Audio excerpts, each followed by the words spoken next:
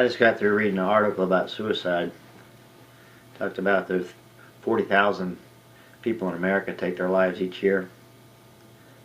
22 veterans a day take their life.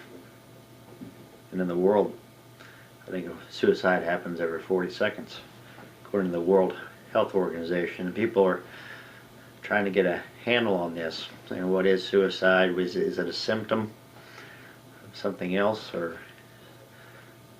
a mental illness of its own? 90% of the people who commit suicide have a mental illness. And what we're doing is not working. And I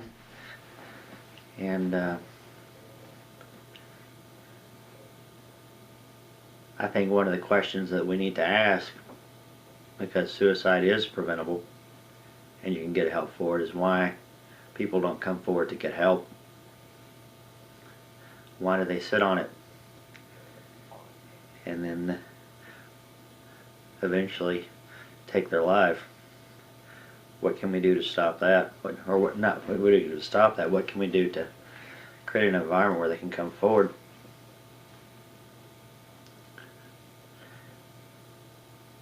One of my favorite quotes by John Wooden is, "Don't let what you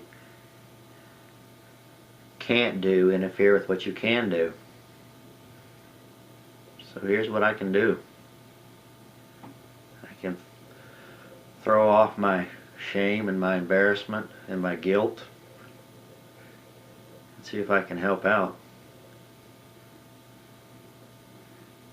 I can't tell you why others haven't come forward, especially those who've already committed suicide, but I can tell you why I haven't, why I've sat on those thoughts.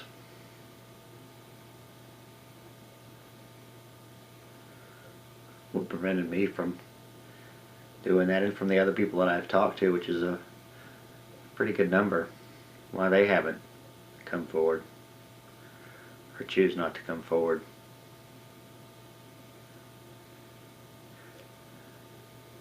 It's because when a suicide does happen, a public, especially one like Robin Williams who happened this summer, everybody wants to immediately jump in and give their opinion on it. And sometimes that's good, and sometimes that's the reason that people don't come forward. When you hear about people being diagnosed as a coward because they committed suicide, that they are ungrateful, that they didn't know how good that they had it. Or even some people saying, let them do it. Let Darwin's law play itself out. You hear that. Maybe joking, maybe not.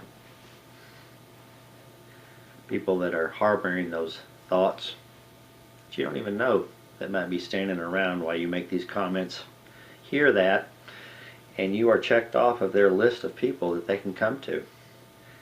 And as that list gets shorter and shorter, and in their mind the list of people that they are burdened to gets bigger and bigger, eventually bad things happen. I mean, if I'm already thinking about committing suicide, I don't think too much of myself.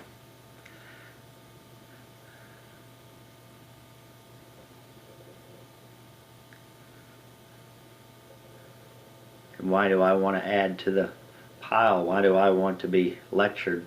Why do I want my reasons marginalized, my problems marginalized, on top of everything else?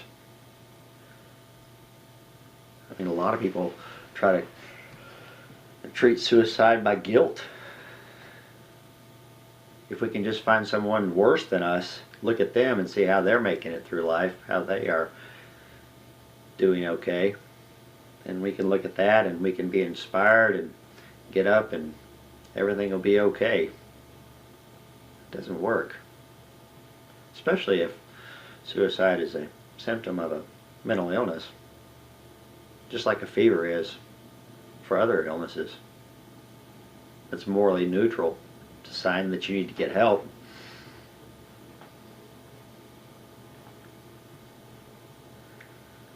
then guilt doesn't work.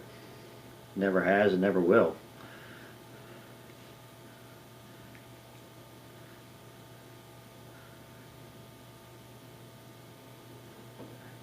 And we need to create an environment where it's safe. It's safe to come forward with those problems.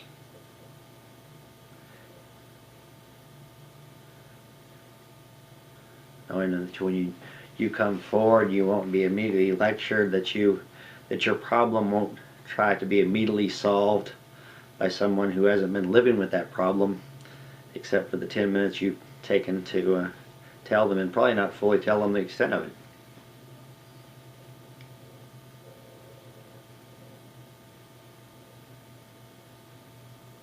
You create an environment where people can come forward and get help. We can stand by them while they get help. We can go with them to get help. We can be there through the process, providing support, letting them know every step of the way that it matters that they get help because of their unique gifts and unique talents that they bring to this world. The world needs them. Not just so you can get better and be tolerated.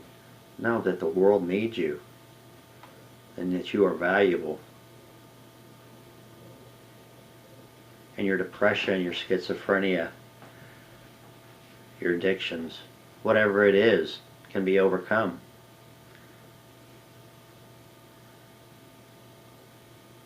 And when you choose to get help, you can come forward and get help.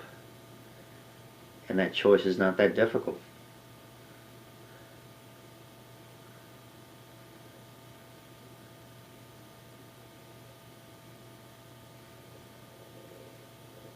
I mean, I'm reluctant even now, even to publish this or to produce this video.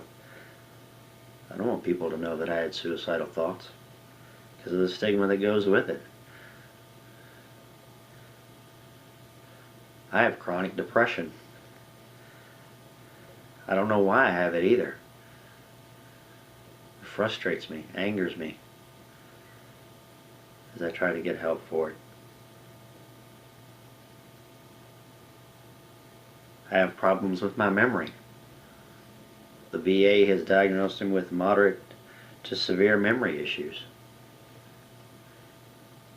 That prevents me from holding a job.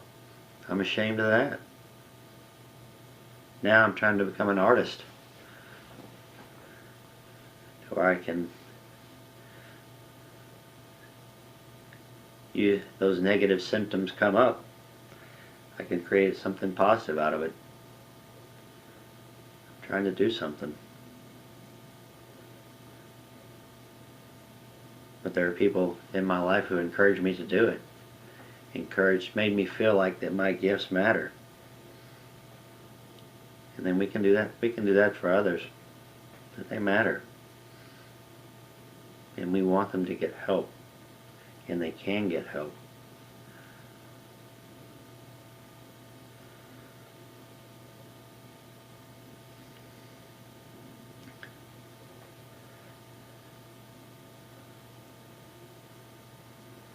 So if you're hearing this and you are thinking about suicide and that's running through your mind, you can get help and it's preventable. And you matter. I'm telling you, you matter. From someone who's walked down your path, who has felt what you felt. You matter. You matter a lot. When you get help and you get through this, you will have the power that we need to change the world, the power to practice empathy at its highest level, to let others know that they are not alone, that you walk with them through their struggles, knowing where they've been and knowing where they can go. That's what you have. So hang in there, my friend.